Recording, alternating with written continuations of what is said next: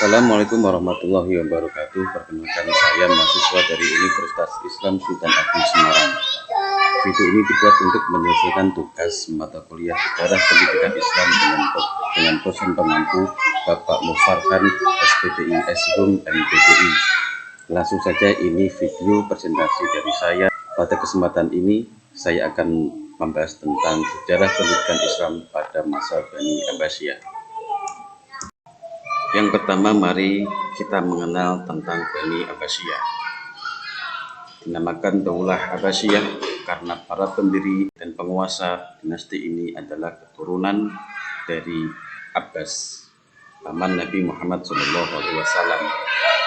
Abdullah As-Soffah ibnu Muhammad ibnu Ali bin Abdullah ibnu Al-Abbas ialah pendiri dinasti Abbasiyah. Kekuasaan Bani Abbasiyah berlangsung dalam waktu yang panjang selama 5 abad, yaitu dari tahun 750 sampai 1250 Masehi. Kelompok Abbasiyah merasa lebih berhak daripada Bani Umayyah atas kekhalifahan Islam, karena mereka adalah cabang dari Bani Hashim yang secara nasab merupakan keturunan yang lebih dekat dengan Nabi Muhammad SAW. Menurut mereka, kelompok Umayyah secara paksa menguasai khalifah Islam melalui tragedi Perang Siffin. Oleh karena itu, untuk mendirikan dinasti Abbasiyah, mereka melakukan gerakan pemberontakan terhadap dinasti Umayyah. Proses berdirinya dinasti Abbasiyah diawali dengan 2 strategi.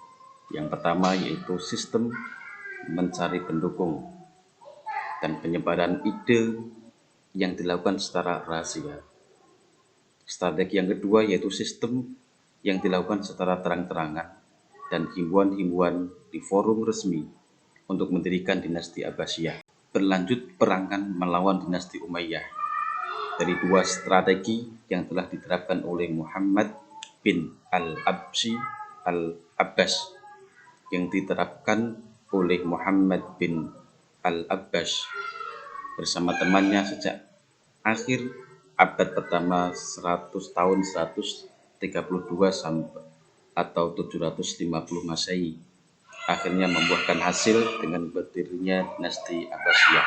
Seterusnya, terkait pola pemerintahan pada Bani Abbasiyah dan masa pemerintahan Bani Abbasiyah. Yang pertama, masa Abbasiyah I, yaitu sejak lahirnya Abdullah Abbasiyah tahun 132 Hijriah atau 750 Masehi sampai meninggalnya Khalifah Al-Wasiq tahun 232 Hijriah atau 847 Masehi. Yang kedua, masa Abbasiyah II, mulai Khalifah Al-Mutawakkil tahun 230 Hijriah atau tahun 847 Masehi sampai berdirinya Daulah Abbasiyah di Baghdad tahun 334 Hijriah atau 946 Masehi. Masa Abbasiyah ketiga yaitu sejak berdirinya Daulah Abbasiyah di Baghdad tahun 334 Hijriah atau 946 Masehi sampai masuknya kaum Saljuk ke Baghdad pada tahun 447 Hijriah atau 1055 Masehi. Yang keempat yaitu masa Abbasiyah IV. Pada masa Abbasiyah IV sejak masuknya Saljuk ke Baghdad tahun 447 Hijriah sampai 1550 Masehi sampai 1055 Masehi sampai jatuhnya Baghdad ke bangsa Mongol yang dipimpin Hulagu Khan pada tahun 665 Hijriah atau 1250 Masehi. Masa keemasan Bani Abbasiyah. Masa pemerintahan Abbasiyah merupakan masa keemasan bagi umat Islam. Pada masa ini, umat Islam telah mencapai puncak kemuliaan, baik dalam bidang ekonomi, peradaban, maupun kekuasaan. Selain itu, berkembang pula berbagai cabang ilmu pengetahuan, ditambahi lagi ditambah lagi dengan banyaknya penerjemah buku-buku dari bangsa asing ke bangsa Arab. Fenomena ini selanjutnya melahirkan cendekiawan-cendekiawan besar yang menghasilkan beragam inovasi baru dalam aneka disiplin ilmu pengetahuan. Sedangkan puncak kejayaan dari dinasti Abbasiyah terjadi pada masa Khalifah Harun ar-Rasyid, yaitu pada tahun 786 sampai 809 Masehi, dan anaknya Al-Ma'mun pada tahun 813 sampai 833 Masehi. Ketika Ar-Rasyid memerintah, negara dalam keadaan makmur, kekayaan melimpah, keamanan terjamin, kekayaan negara banyak dimanfaatkan Ar-Rasyid untuk keperluan sosial dan mendirikan rumah-rumah sakit, lembaga pendidikan, dokter dan farmasi.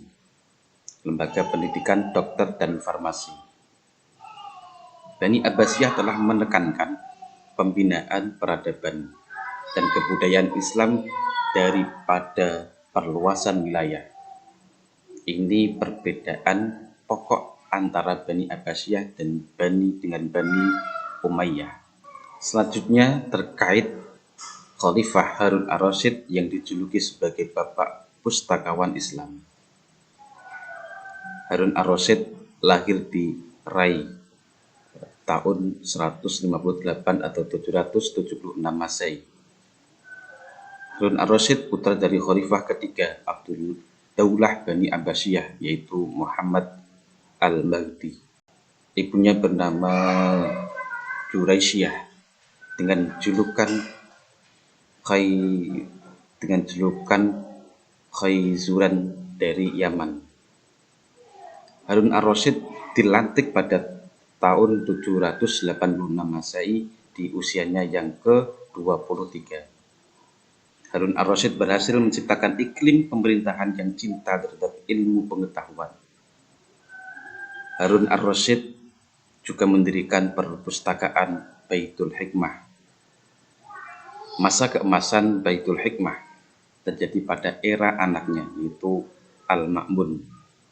Pada masa itu setiap karya ilmiah dihargai dengan emas seberat timbangan buku. Fungsi perpustakaan Baitul Hikmah menyediakan buku-buku perpustakaan, menyediakan buku-buku, pusat peradaban Islam, pusat penelitian, pusat penerjemahan, juga sebagai forum ulama.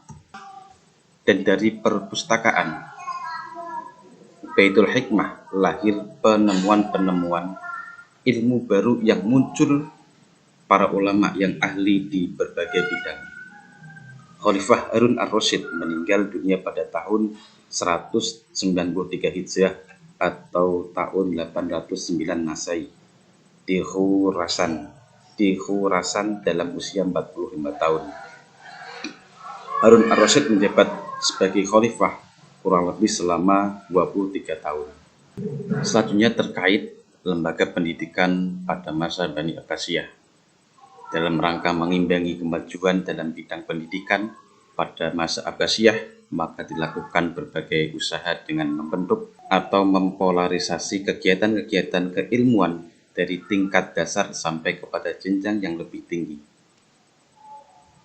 Untuk mengakomodir kegiatan-kegiatan keilmuan tersebut, dibentuk tempat atau lembaga-lembaga sentral pendidikan, dan lembaga-lembaga ini berkembang terus dan bahkan semakin meluas.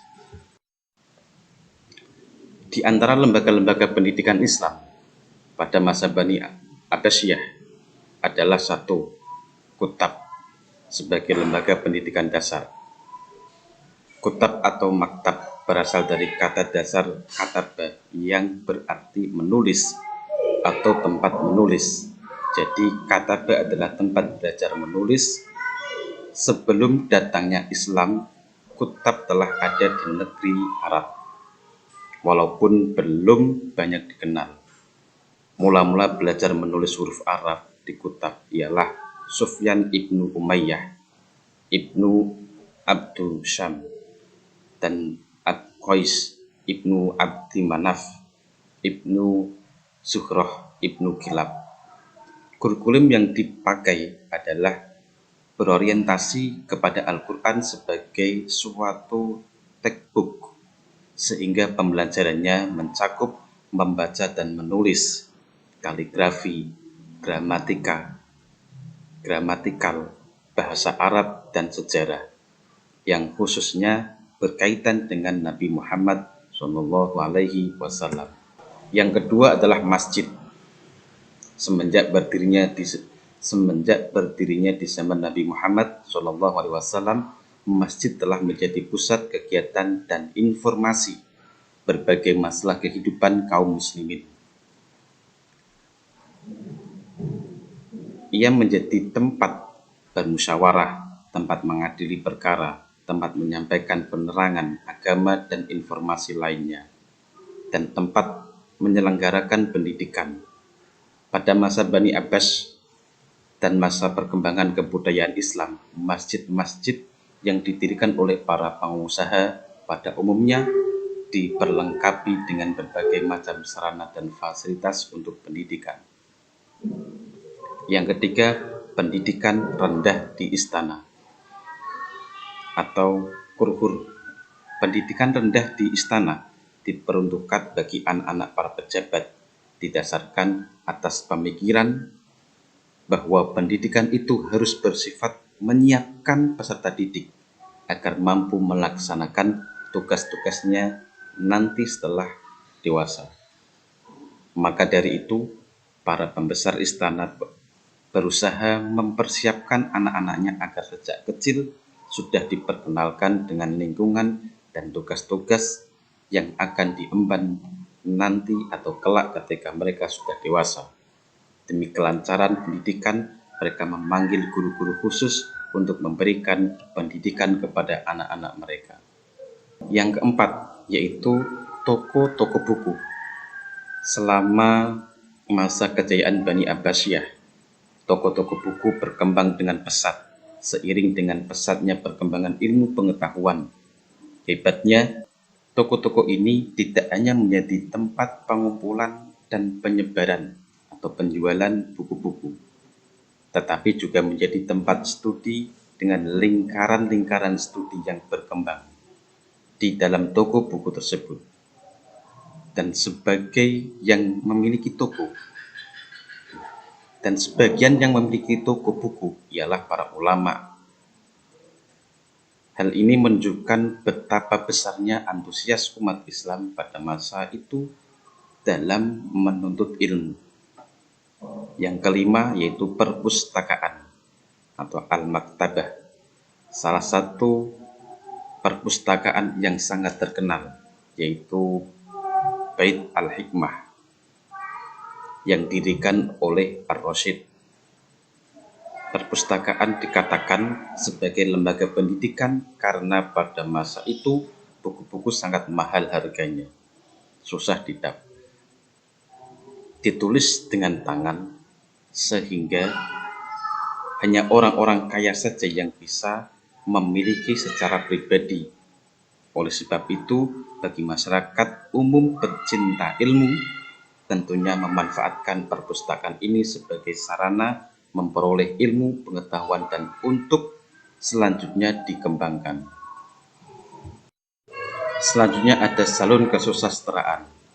Salon kesusastraan merupakan sebuah tempat khusus yang diadakan oleh khalifah yang di dalamnya membahas jenis-jenis ilmu pengetahuan.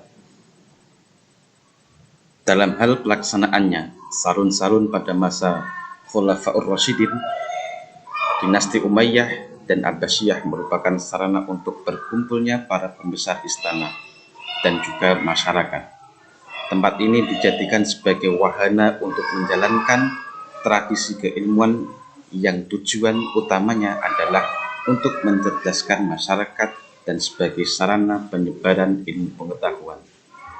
Selanjutnya ada rumah para ilmuwan atau Bait al-Ulama. Beberapa ilmuwan menjadikan rumah mereka sebagai lembaga pendidikan, antara lain seperti rumah Abi Muhammad Ibnu Hatim Al-Razi Al-Hafiz dalam mempelajari ilmu-ilmu hadis. Rumah Ibnu Sina dalam mempelajari ilmu kedokteran, dan juga rumah Abi Sulaiman Al-Sajastani dalam mempelajari ilmu filsafat dan ilmu mantek.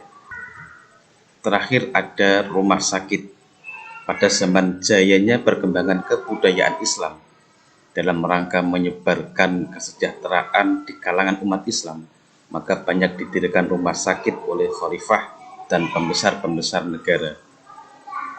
Rumah-rumah sakit tersebut bukan hanya berfungsi sebagai tempat merawat dan mengobati orang-orang sakit, tetapi juga mendidik tenaga-tenaga yang berhubungan dengan perawatan dan juga pengobatan.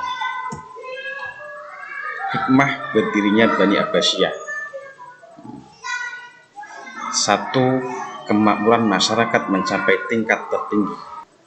Yang kedua, landasan bagi perkembangan filsafat dan ilmu-ilmu pengetahuan dalam Islam. Yang ketiga, negara dalam keadaan makmur, kekayaan melimpah, keamanan terjamin walau ada juga pemberontakan. Yang keempat, didirikan perpustakaan yang diberi nama Baitul Hikmah. Di dalamnya orang dapat membaca, menulis, dan juga berdiskusi. Yang kelima, berkembang ilmu pengetahuan agama seperti ilmu Al-Quran, qiraat, hadis, fikih, ilmu kalam, bahasa, dan juga sastra. Yang keenam, berkembangnya 4 madhab seperti madhab Hanafi, Maliki, Hambali, dan juga madhab Syafi'i. Yang ketujuh, di samping itu berkembang pula ilmu filsafat, logika, metafisika, astronomi, kedokteran, dan juga kimia.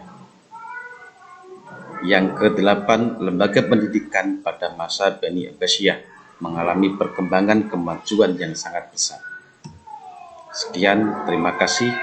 Demikian presentasi paparan terkait sejarah pendidikan Islam pada masa Bani Abbasiyah.